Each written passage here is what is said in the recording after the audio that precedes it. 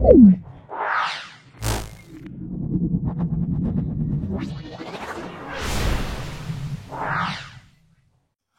9 নম্বর স্কুলটা সলভ করছি।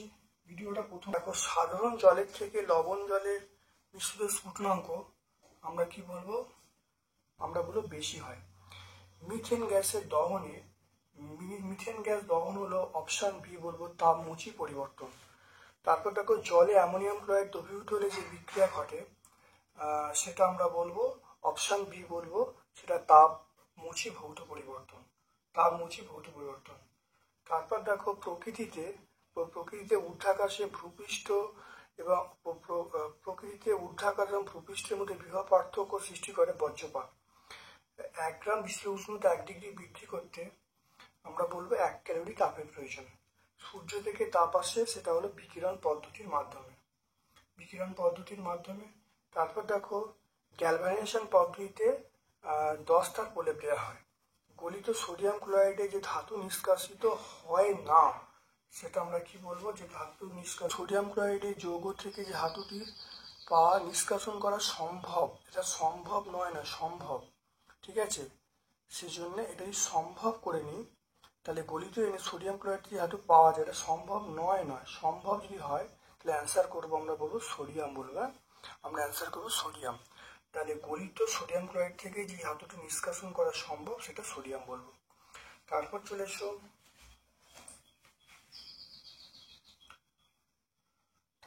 এসো বজ্রপাতের সময় কোনটি করা উচিত নয়।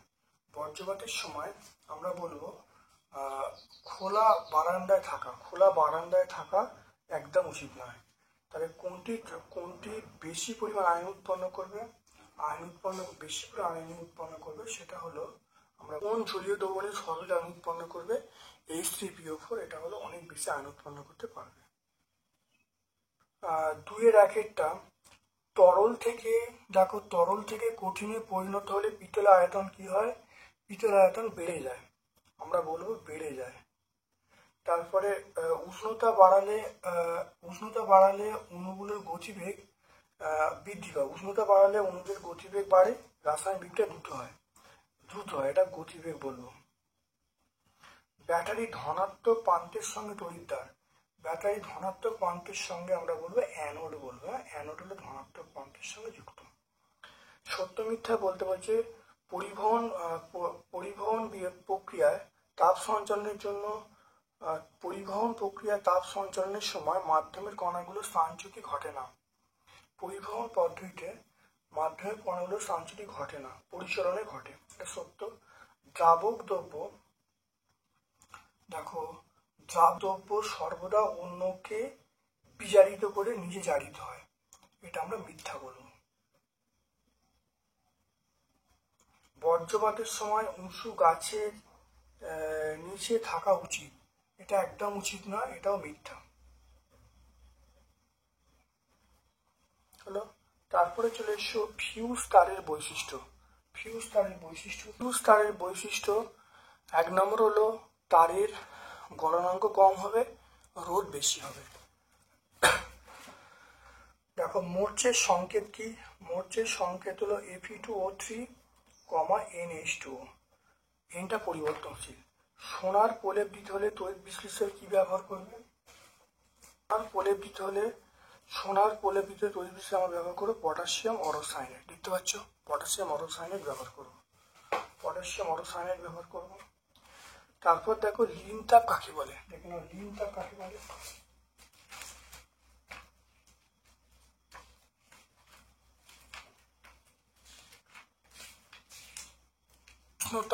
উষ্ণতার পরিবর্তন না করে যখন কোনো পদার্থ এক অবস্থা থেকে অন্য অবস্থায় রূপান্তরিত করা হয়, তখন ওই পদার্থ কিছু পরিমাণ তাপ নেয় বা তাপ ছেড়ে দেয়। একক ভরের ওই পরিমাণ তাপকে আমরা লিন তাপ বলবো। এটা টেক্সট বই 35 পেজে পাবো। তারপর চলে এসো অনুঘটক কাকে বলি। যেসব রাসায়নিক পদার্থ কোনো রাসায়নিক বিক্রিয়ায় বেগ বাড়ায় বা কমায় কিন্তু বিক্রিয়ার সে নিজে একই থাকে, তাদেরকে অনুঘটক বলে। যেমন দেখো, ধনাত্মক অনুঘটক আমরা বলবো MnO2, আর ঋণাত্মক অনুঘটক আমরা বলবো H3PO4। ঋণাত্মক অনুঘটক আমরা বলবো H3PO4, আর ধনাত্মক অনুঘটক আমরা বলবো MnO2। তারপরে দেখে নাও জলে জলে তড়িৎ বিশ্লেষণে সামান্য অ্যাসিড মেশানো হয় কেন? বিশুদ্ধ জল তড়িতের কুপরিবাহী, জলে সামান্য অ্যাসিড বা ক্ষার মেশালে দ্রবণ আয়নের সংখ্যা বৃদ্ধি পায়, ফলে জলটা তড়িতের সুপরিবাহী হয় এবং তড়িৎ বিশ্লেষণ করা সম্ভব হয়। দেখো 5-1 10 ডিগ্রি সেন্টিগ্রেড তাপমাত্রায় 20 গ্রাম জলকে 50 ডিগ্রি সেন্টিগ্রেড তাপমাত্রায় জলে নিয়ে যেতে কত তাপের প্রয়োজন? দেখে নাও।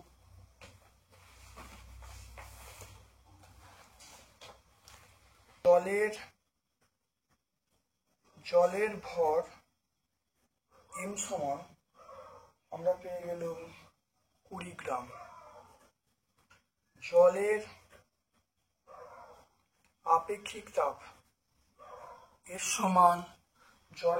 সমান আমরা বলবো 1 ক্যালোরি পার গ্রাম ডিগ্রি সেন্টিগ্রেড। তারপর দেখো তাপমাত্রা বৃদ্ধি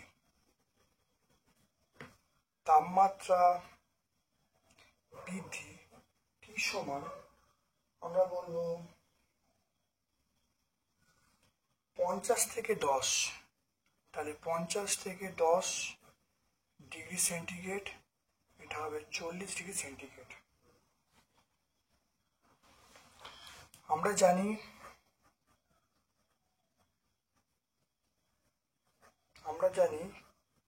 H সমান mst। তাহলে m এর মান কত? m এর মান 20, s এর মান 1 আর t এর মান 40। এটা করলে দেখো H এর মান আমরা পাবো দেখো 800। H সমান পাচ্ছি 800। অতএব প্রয়োজনীয় তাপ আমরা বলবো 800 ক্যালোরি। দেখে নাও জলের ভর বলা আছে আপেক্ষিক তাপ সিজিএস পদ্ধতি, জলের আপেক্ষিক তাপ 1 ক্যালোরি পার গ্রাম ডিগ্রি সেন্টিগ্রেড। তাপমাত্রা বৃদ্ধি আমরা বলবো 50 থেকে 10 বাদ দেবো 40।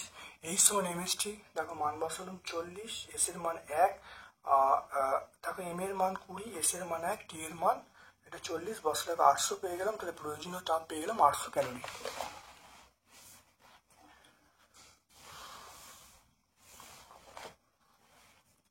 দেখে নাও 0 ডিগ্রি সেন্টিগ্রেড তাপমাত্রায় 20 গ্রাম বরফকে সম্পূর্ণ জলে পরিণত করতে কত তাপ লাগবে? তাহলে বরফের ভর আমরা বলবো m সমান 20 গ্রাম। তাহলে বরফ গলনের লিন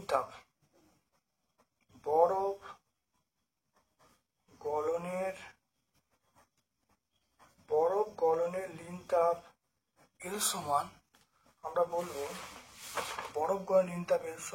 80 ক্যালোরি পার গ্রাম। তাহলে প্রয়োজনীয়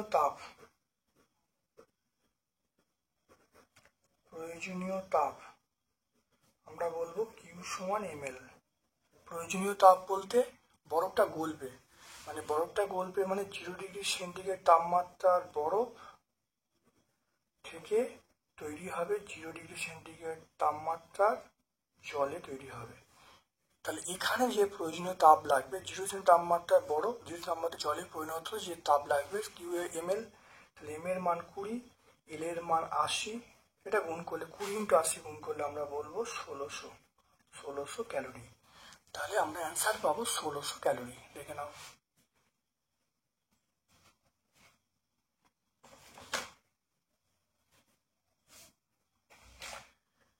এরপরে চলে এসো, এরপরে দেখো 6 দাগের 1 চলে এসো। এফি দেখো এই বিক্রিয়ায় জারণের একসঙ্গে ঘটছে ব্যাখ্যা করতে বলছে। দেখে নাও Fe3+ একটা ইলেকট্রন গ্রহণ করলো, তাহলে Fe2+ হলো। Sn2+ দুটো ইলেকট্রন ছাড়লো, এটা Sn4+ তৈরি হলো। তাহলে Fe3+ একটি ইলেকট্রন গ্রহণ করে Fe2+ বিজারিত হয়েছে। Sn2+ দুটো ইলেকট্রন ত্যাগ করে Sn4+ জারিত হয়েছে। একটা জারণ বিজারণ একসঙ্গে ঘটেছে। এটার সহায়িকা 170 পেজে পাবো। তারপর দেখে নাও তড়িৎ স্ফুলিঙ্গের সৃষ্টি করার একটি পদ্ধতি লিখতে বলছে। গ্রাফ দেখো, আমি এখানে তড়িৎ স্ফুলিঙ্গ তৈরি হয়, দেখো রেল লাইনের যে অংশটা তার ছুঁয়ে যায় তাকে পেন্টোগ্রাফ বলে। চলার সময় ঝাঁকুনি এলে পেন্টোগ্রাফ সেই অংশে একটু ছাড়িয়ে যায়, তখনই জোরালো আলোর সৃষ্টি হয়। এবং সবসময় তড়িতের ফুলকি এবং বর্জ্য এইরকম স্ফুলিঙ্গ তৈরি করার বড় উদাহরণ দেখে নাও। অর্থাৎ বর্জ্য এই তড়িৎ স্ফুলিঙ্গের কিন্তু খুব বড় ধরনের হয়, দেখে নাও। এটা আমরা টেক্সট বই 149 পাবো।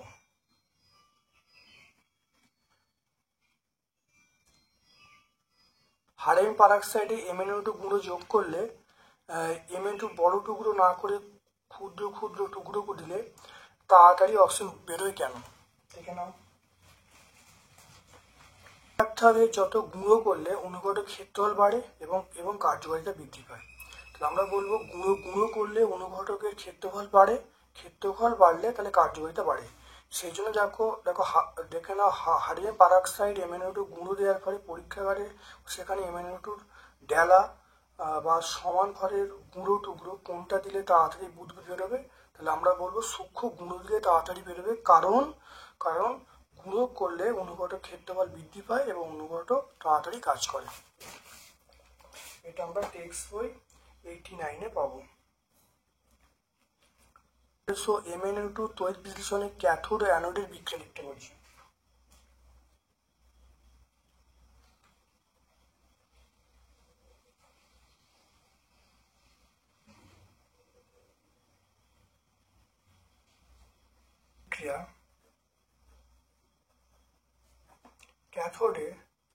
ক্যাথোডে আমরা কি বলবো, Mg2 প্লাস দুটো ইলেকট্রন গ্রহণ করছে, তাহলে Mg। আর আমরা অ্যানোডে বলবো 2Cl মাইনাস, এটা হলো মাইনাস দুটো ইলেকট্রন করলে আমরা বলবো 2Cl বলবো, তাহলে Cl প্লাস Cl আমরা বলবো সেটা Cl2 উৎপন্ন হবে। ঠিক আছে না? ক্যাথোডে Mg2 প্লাস দুটো ইলেকট্রন Mg, আর অ্যানোডে রাখো 2Cl, এটা দুটো ইলেকট্রন ত্যাগ করলে আমরা কি বলবো 2Cl বলবো, 2Cl মাইনাস দুটো ইলেকট্রন ত্যাগ করছে 2Cl, Cl প্লাস Cl আমরা Cl2 বলবো। পরের প্রশ্ন চলে এসো, দেখো তড়িৎ বিশ্লেষণে 3টি গুরুত্বপূর্ণ ব্যবহার লিখতে বলছে।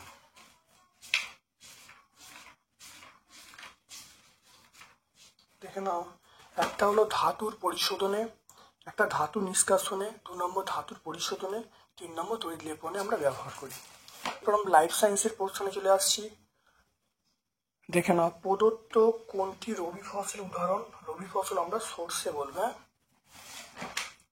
দেখে নাও, একটি গৌণ প্রাথমিক খাদকের নাম, দেখো একটি গৌণ প্রাথমিক উপাদান, একটি গৌণ খাদ্য উপাদান আমরা বলবো এমও বলবো। গোল্ডেন রাইসে প্রচুর পরিমাণে ভিটামিন থাকে,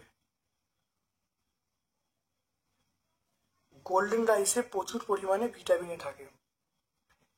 একটি রাসায়নিক আগাছানাশকের নাম আমরা বলবো ড্যালাপন, তাহলে আগাছা আমরা বলবো ড্যালাপন।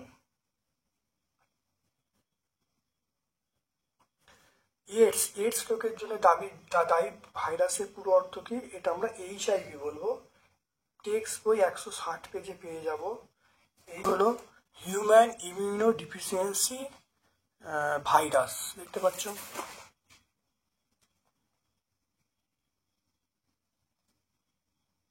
একটা চলে আসছে, আধুনিক সেচ ব্যবস্থা ড্রিপ পদ্ধতি লেখো। আধুনিক সেচ ব্যবস্থা ড্রিপ পদ্ধতি।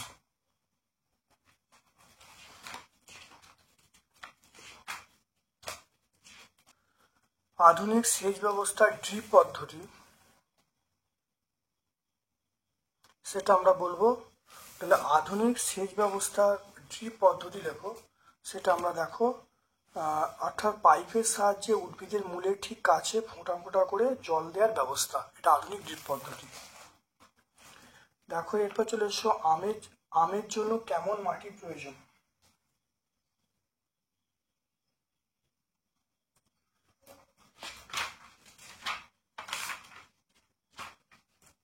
এখানে আমের জন্য দেখো কেমন মাটি প্রয়োজন। দেখো আমরা বলবো যে পলিযুক্ত দোআঁশ মাটি দরকার, পলিযুক্ত দোআঁশ মাটি। তাহলে এটা আমরা টেক্সট বই 207 পেজে পাবো। টেবিল ব্রিড বলতে কি বোঝে? বলতে অর্থাৎ মাংস দেবে, অর্থাৎ এরা বছরে প্রচুর পরিমাণে মাংস উৎপন্ন করবে, মাংসের জন্য পালন করা হয়, যেমন আমরা বলবো ব্রাহ্মা, কোচিন, এগুলো বলবো। টেক্সট বই 217 পাবো। ম্যালেরিয়া রোগের একটি উপসর্গ লিখতে বলেছেন। কাঁপুনি জ্বর আসে, দেখে না, কাঁপুনি জ্বর আসে, ঘাম দিয়ে জ্বর ছেড়ে যায়, এটা আমরা 157 পেজে পাবো। টেক্সট বই 157 পাবো। এরপর চলে এসো কার্প কাকে বলে। কার্প কাকে বলে এবং কার্প মাছের কৃত্রিম প্রজনন ঘটাতে কোন হরমোন ব্যবহার করা হয়। এখানে কার্প বলতে আমরা বুঝি, দেখো মিঠে জলে বাস করে যে অস্থিযুক্ত মাছ, ত্রিকোণাকার মাথায় আঁশ থাকে না এবং অতিরিক্ত শ্বাসযন্ত্র, চোয়ালে দাঁত থাকে না, এদেরকে আমরা কার্প বলবো, যেমন রুই, কাতলা, এগুলো সব কার্প। এটা আমরা 215 পেজে পাবো। টেক্সট বই 215 পাবো। কৃত্রিম মাছের প্রজননে কোন হরমোন ব্যবহার করা হয়? কৃত্রিম মাছের প্রজননে দেখো আমরা বলবো পিটুইটারি হরমোন। দেখো পিটুইটারি গ্রন্থি নির্যাস, তাহলে আমরা পিটুইটারি হরমোন ব্যবহার করবো। তাহলে এটা আমরা বলবো টেক্সট বই 217 পাবো, 216 পাচ্ছি। রাসায়নিক সার অপেক্ষা জৈব সার ভালো কেন? পয়েন্টগুলো অনেকবার হয়েছে, এই পয়েন্টগুলো বলে দেবে। এটা 199 পেজে পাবো। টেক্সট বই 199। আধুনিক পদ্ধতিতে কিভাবে মৌমাছি চাষ করা হয়? মৌমাছি চাষ দুটো পয়েন্ট আছে, দেখো 1 নম্বর পয়েন্ট, 2 নম্বর পয়েন্ট, দুটো পয়েন্ট তোমার বলে দেবে, দুটো পয়েন্ট বললেই হয়ে আধুনিক পদ্ধতিতে মৌমাছি চাষ, এটা টেক্সট বই 214 পেজে পাবো। টেক্সট বই আমরা 214 পেজে পাবো। আর আজকে লাস্ট প্রশ্ন হলো একটি জলবাহিত রোগের নাম এবং রোগটি উপসর্গ লিখতে বলছে। জলবাহিত রোগ আমরা বলবো কলেরা বলবো। এটা বিশুদ্ধ দূষিত জল দ্বারা এটা যায়, অর্থাৎ জলবাহিত রোগের নাম আমরা বলবো কলেরা, এটা জলের মাধ্যমে ছড়ায়। আর এর রোগটি উপসর্গ বলছে যে এটা হলো মলের রং চাল ধোয়া জলের মতো হয়, প্রচণ্ড বমি হতে থাকে, আর জল থেকে শরীর থেকে সমস্ত জল বেরিয়ে যায়। এটা আমরা টেক্সট বই 157 পেজে পাবো।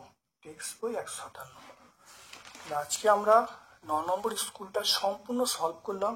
আমার পক্ষ থেকে সকলকে ধন্যবাদ এবং শুভ কামনা জানাচ্ছি।